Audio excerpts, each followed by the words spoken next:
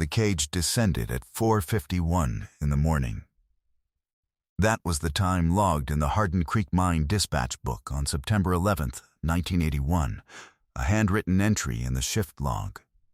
The same format it had been for 30 years, the same dispatcher's desk, the same rotary phone mounted to the wall beside it. 17 men rode the cage down the no-force shaft that morning. 340 feet of descent, the cable humming, the walls of the shaft going from gray to black as the surface light disappeared above them. It took 90 seconds.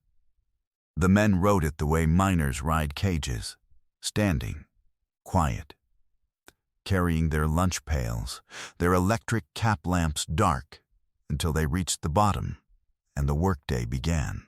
The last man to board was the shift foreman, Ray Delacroix. He was 48 years old. He had ridden that cage for 26 years. At 6:22 that morning, the surface dispatcher received a single burst of static on the underground radio line. Then, silence. Repeated calls to the no. 4 level went unanswered. At 6:31, the mine superintendent ordered an emergency stop on all surface operations. At 6:45, a rescue team attempted entry. They were stopped 30 feet into the main drift by a wall of black water rising from below. The no-force shaft had flooded.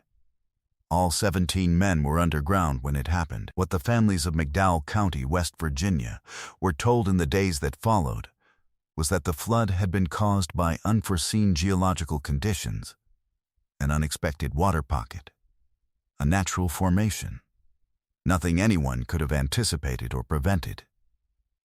What they were not told was that a company engineer had written a report 14 months earlier, warning that the no-4 level was at risk of exactly this. What they were not told was that the report had been read, reviewed, and quietly set aside.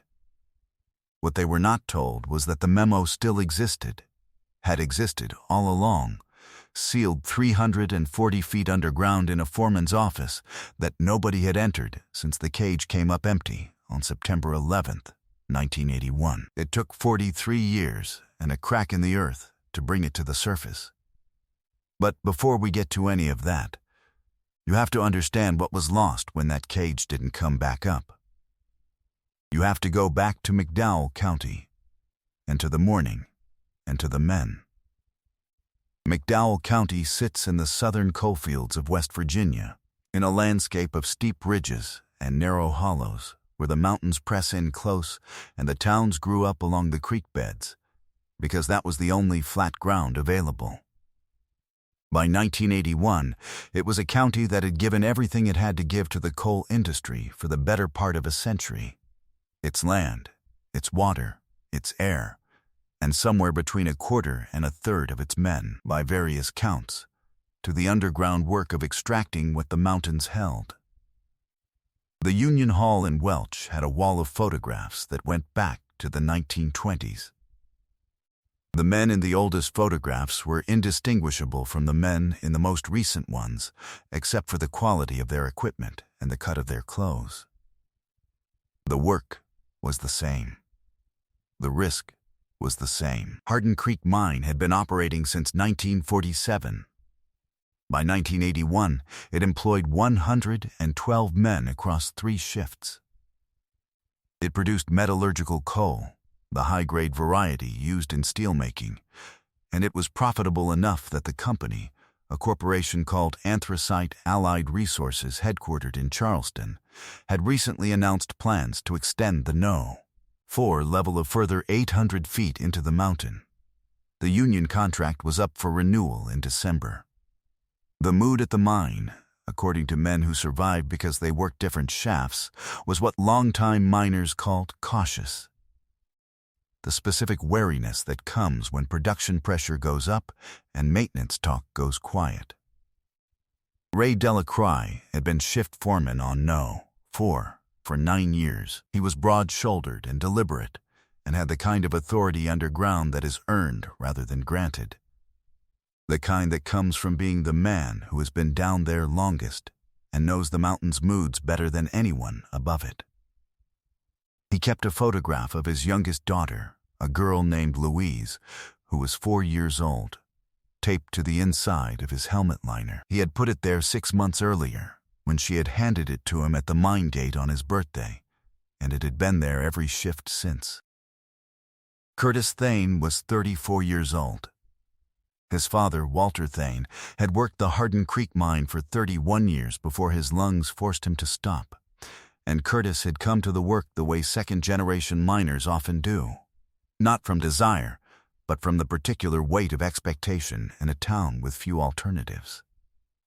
He had been trying to create an alternative. The previous April, he had requested an application from the Technical College in Charleston. His wife, Barbara, knew about it. His father did not. The application was still on the kitchen table, partially filled out, the morning Curtis went to work on September 11th. Eddie Marsh was 22 years old. He had been underground for 14 months, since the spring after his high school graduation. He had married Noreen Calhoun in January, 8 months before the shaft flooded, in a ceremony at the Baptist Church in Bradshaw that both families still talked about, because of the snow, and because of how happy they had looked coming down the church steps. Noreen was 4 months pregnant in September 1981. She did not yet know the baby's sex. She and Eddie had argued about names, in the warm, unserious way of young couples who have everything still to decide, for the last 3 weeks. He had kissed her goodbye at 4:15 that morning. She was half asleep. She told him to be careful. He said he always was.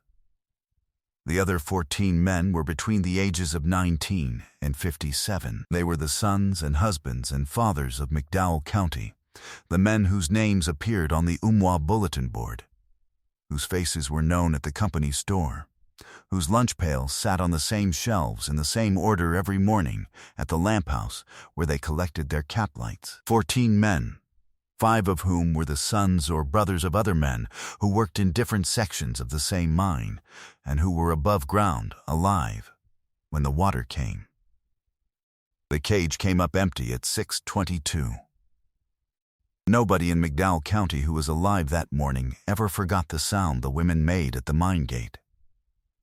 At 7:15, on the morning of September 11th, 1981, the mine superintendent, a man named Harold Vest, called the Anthracite Allied Resources Regional Office in Charleston and reported the incident. At 7:40, the company's emergency response coordinator arrived by helicopter. At 8 o'clock, a statement was issued to the assembled families at the mine gate. There had been an unexpected flooding event in the No. 4 level. All efforts were being made to assess the situation. The company was committed to the safety of its workforce.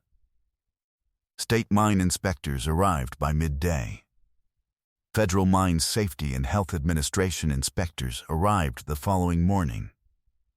Both agencies conducted site assessments of the accessible portions of the mine. Both were informed by company representatives that the flooding had originated from an unmapped natural water formation, a geological feature that could not have been predicted from surface surveys or existing bore data. By September 14th, 3 days after the event, the rescue assessment was complete. The No. 4 level was declared unrecoverable. The water inflow was continuous, and the structural integrity of the shaft was compromised. No rescue was possible. By September 19th, the company had sealed the No. 4 shaft entrance with a concrete plug. The state mine inspector signed the closure order. The MSHA inspector filed a preliminary finding of accidental death by flooding, cause attributed to unforeseen geological conditions. The investigation lasted 11 weeks. It produced a final report of 43 pages. On page 31, buried in a footnote to the geological assessment section, was a line noting that a company geotechnical review had been conducted of the No. 4 level in the 18 months prior to the incident and had found no indicators of risk. The review's author was identified by initials only, G. F. Gerald Fitch was 37 years old in 1981. He was Anthracite Allied Staff Geotechnical Engineer, hired 2 years earlier to assess the expansion potential of the Hardin Creek mine's lower levels. He had spent 4 months in 1979 and 1980 drilling bore samples and reviewing seismic data in the No-4 corridor. And in July 1980, 14 months before the flooding, he had filed an internal report concluding that the planned eastward extension of the No. level presented a significant risk of intersecting a flooded void in the Pocahontas No-3 seam, approximately 220 feet east of the current face. He had recommended suspension of the eastward extension pending further investigation. The report had been received by Harold Vest and by the company's regional vice president. It had not been filed with MSHA. It had not been shared with the union. It had not been acted on. The extension of the No-4 level east had continued. On September 11, 1981, the blast that opened the void was routine, a standard production shot, the kind fired twice a shift. Gerald Fitch had not known what to do. He was 37 years old, and he had a family, and the coal industry in West Virginia in 1981 was not a place where staff engineers easily found other employment if they left on bad terms. He had raised his concerns verbally, twice. He had been told the bore data was inconclusive, and the company was satisfied with the risk assessment. He had written the July 1980 report. He had kept a carbon copy. He had carried that carbon copy for 43 years. The families of the 17 men were told none of this in 1981. They were given death certificates listing cause of death as accidental flooding due to unforeseen geological conditions. They were given a settlement from the company, negotiated through the union, which did not know about the Fitch report. That prohibited further legal action. They signed it because they had no alternative, because the investigation had found nothing actionable, because the shaft was sealed, and the evidence was 340 feet underground, and the company's lawyers were very clear about what the settlement meant. Noreen Marsh signed it 7 months after Eddie died. Their son, a boy she named Daniel, had been born in February 1982.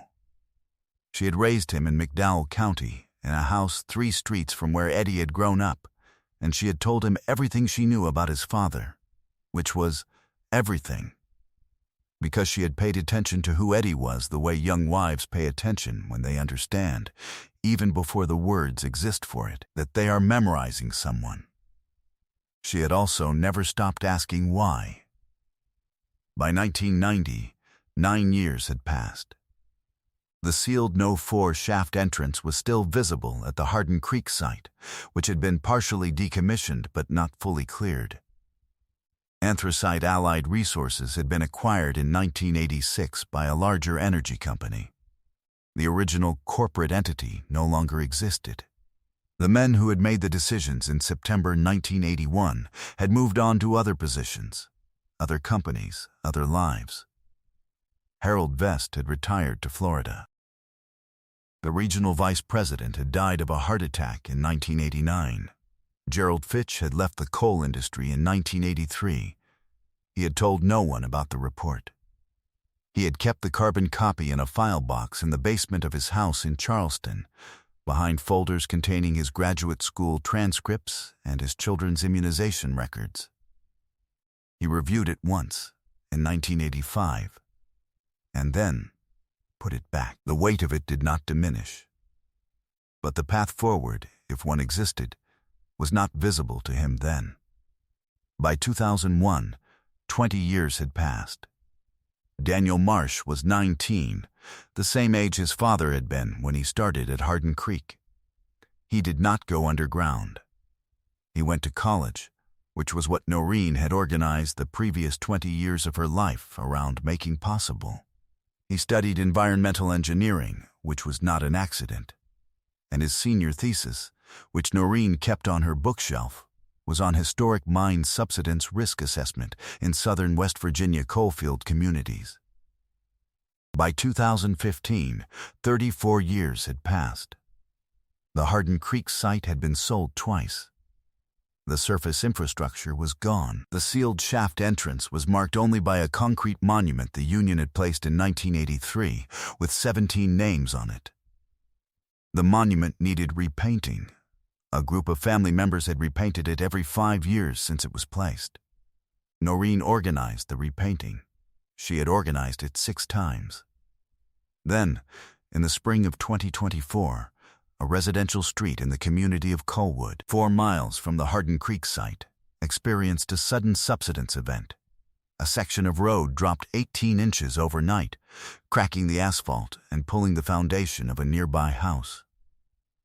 Subsidence events in former coalfield communities are not unusual. What was unusual when MSHA subsidence investigators arrived to assess the event and conduct a ground-penetrating radar survey of the area was what the radar showed. A lateral passage connecting the subsidence cavity to a section of the sealed Hardin Creek No. 4 workings that had not been on any existing mine map. The passage had been created, the geological assessment later determined, by 43 years of groundwater movement dissolving the coal pillars that had separated a mapped void from the No. 4 level's eastern extension. The eastern extension. The one Gerald Fitch had warned about in July 1980. Every case we cover is built from records, testimony, and the years families spent refusing to stop asking. If this work matters to you, take a second to like and subscribe, and tell us in the comments where in the world you're watching from. Now, let's go back underground. The MSHA investigation team entered the newly accessible passage in June 2024 under controlled conditions, with structural support and full safety protocols.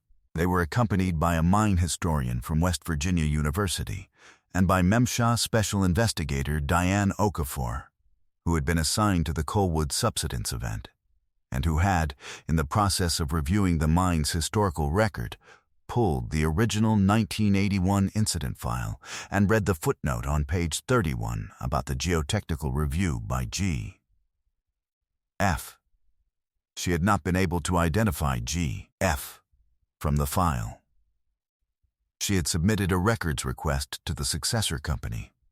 She was waiting for a response. She found the foreman's office at the No. 4 level on the 3rd day of the passage survey. The room had been sealed and pressurized by the surrounding geology in a way that, combined with the low temperature and the absence of oxygen-dependent decomposition, had preserved its contents in a condition that the forensic document examiner later described as remarkable for the depth and duration of entombment.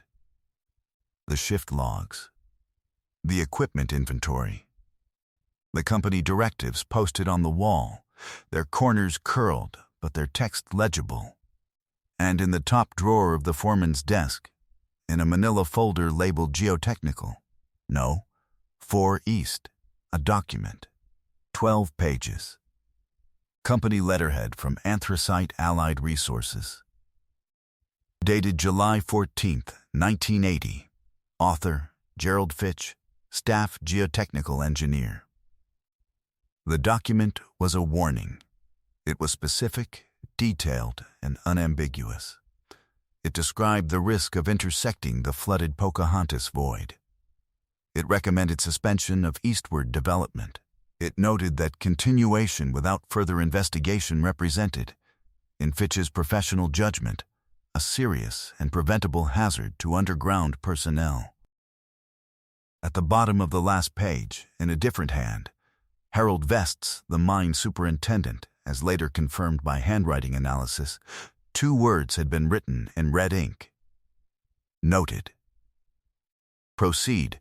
Diane Okafor photographed every page. She called her supervisor. Then she called the West Virginia office of the Attorney General. Then she located Gerald Fitch, who was 79 years old and living in a retirement community outside Morgantown. She drove there the following morning. She sat across from him in a common room that smelled of coffee and institutional floor wax, and she placed a photograph of the document on the table between them. He looked at it for a long time. He did not look surprised. He said, "I have the carbon copy. It is in a box in storage. I have been waiting 43 years for someone to find the original." He said, "I should have done more." She told him she understood. He said, "Those men had families. I knew that." He did not say anything else for a moment. Then he said, "I want to give a full statement. Whatever it takes, whatever they need from me." He gave a 12-hour deposition over 2 days. The criminal referral that followed was directed at the surviving corporate successor entity and at 2 former officers of Anthracite Allied Resources who were still living. Harold Vest had died in 2004. The regional vice president was gone. But the company that had acquired Anthracite Allied's assets and liabilities in 1986 still existed. And the legal doctrine of successor liability, in conjunction with the documentary evidence recovered from the No. 4 level, gave the West Virginia Attorney General sufficient grounds to proceed. In March 2025, the successor corporation entered a settlement agreement, not an admission of criminal guilt, which the statute of limitations foreclosed, but a civil consent decree acknowledging that the suppression of the Fitch report had materially contributed to the deaths of 17 men and constituted a knowing violation of federal mine safety disclosure requirements. The settlement included a financial component paid to the families of the deceased, a formal public acknowledgement of responsibility, and a requirement that the company fund a permanent memorial at the Hardin Creek site. The concrete monument with 17 names on it, repainted 6 times by the families in 43 years, was incorporated into the new memorial. It stood at the center. The new structure was built around it. Noreen Marsh Cowley, she had remarried in 1994, a man named Garrett Cowley who had known Eddie and who had understood from the beginning what he was taking on, stood at the ceremony in May 2025 with her son Daniel beside her, and her 2 grandchildren, and Garrett, and the families of 16 other men whose names were on the monument. She was 67 years old. She had been asking why for 43 years, and she finally had an answer. And the answer was the one she had always believed, which is a specific kind of terrible and a specific kind of vindication that do not cancel each other out. She said, in the statement she gave to the West Virginia Gazette-Mail after the ceremony, "Eddie was 22 years old, and he kissed me goodbye at 4:15 in the morning, and I was half asleep. I told him to be careful. He said he always was. He was careful. The people who sent him underground were not." Ray Delacroix was 48 years old. He kept his daughter's photograph inside his helmet liner for 6 months before the shaft took him, and he had ridden the cage down the No. 4 level for 26 years with the same deliberate calm that the mountain requires of the men who work inside it. Curtis Thane was 34 years old, and his application to the Technical College in Charleston was still on the kitchen table, and his father Walter had worked the same mine for 31 years and would spend the rest of his life understanding that the same earth had taken his son. Eddie Marsh was 22 years old, and his son Daniel grew up in McDowell County, knowing everything his mother remembered to tell him, and studied the ground that held his father, and built his career trying to make it safer for others. 17 men descended in a cage at 4:51 on a September morning. They were experienced and careful and trained and protected by a federal safety agency and a union contract, and their own accumulated knowledge of how to survive underground. None of that was enough, because the one thing that would have been enough, the warning that existed, that had been written, that had been noted and overruled, never reached them. Noted. Proceed, those two words, in red ink, in a sealed office 340 feet underground, waited 43 years for the earth to move enough to let someone read them. Noreen's son Daniel was 43 years old when the document was found, the same age to the year as the time his father had been underground. He has said that what he keeps returning to is something his mother told him when he was old enough to understand. She said the mine took your father, but they chose to take him. There's a difference. He had understood it then. He understands it differently now. The West Virginia Mine Safety Transparency Act, passed in 2025 in part as a result of the Hardin Creek findings, requires that all geotechnical and geological risk assessments conducted for active mine operations be filed with MSHA within 30 days of completion, with no exception for proprietary designation. The law does not carry the names of the 17 men whose absence made it necessary. The families know. Gerald Fitch, who testified before the state legislature in support of the bill, knows the carbon copy he kept for 43 years was entered into the official legislative record. What does it mean that the truth was always there, written down, filed, sealed underground, and that it took the earth itself to release it rather than any human conscience or institutional will? Does a civil settlement, after every person directly responsible is beyond the reach of criminal law, constitute justice for 17 families? Or is that question even the right one to ask after 43 years? And when you think about Gerald Fitch carrying that carbon copy for 4 decades, knowing what it meant and not knowing how to use it, what does that tell us about what we owe each other, and what happens when the cost of speaking up feels impossible to bear? Justice came for the 17 men of Hardin Creek after 43 years. Their story, and the story of every family who repainted that monument, reminds us that truth, however deep it is buried, does not stay buried forever. If you believe that too, subscribe so you don't miss the next case. More cases are waiting in the description. Thank you for being here.